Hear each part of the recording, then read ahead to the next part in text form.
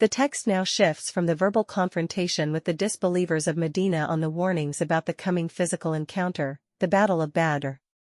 Indeed, neither the wealth nor children of the disbelievers will be of any benefit to them against Allah, and they will be the fuel for the fire.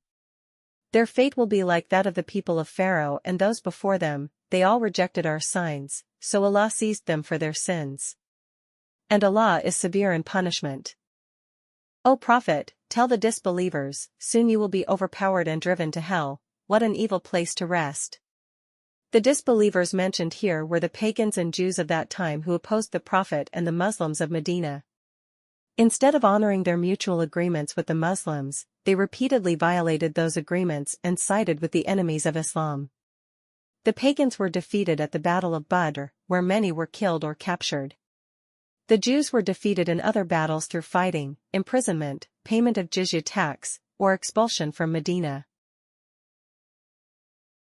This verse does not mean that Muslims are commanded to overpower disbelievers in all situations or for all time. It specifically refers to the Battle of Badr, where the Muslims, despite being fewer in number, were given divine support to overcome their enemies. The command was for that particular battle, and it's not a universal instruction from Allah to fight disbelievers at all times, unless faced with the same conditions. Indeed, there was a sign for you in the two armies that met in battle, one fighting for the cause of Allah and the other in denial. The believers saw their enemy twice their number. But Allah supports with His victory whoever He wills. Surely in this is a lesson for people of insight. The Battle of Badr was a significant event where the Muslims, though much fewer in number, defeated a stronger enemy.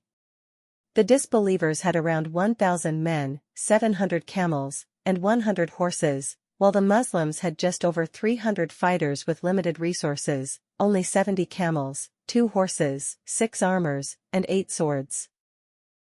Interestingly, each side saw the other as being twice its actual size before the start of the battle. The disbelievers were intimidated, while the Muslims, seeing their enemy as just twice their own size, felt confident, though the disbelievers were 3 times their own strength. Hence they turned to Allah with even more faith and determination.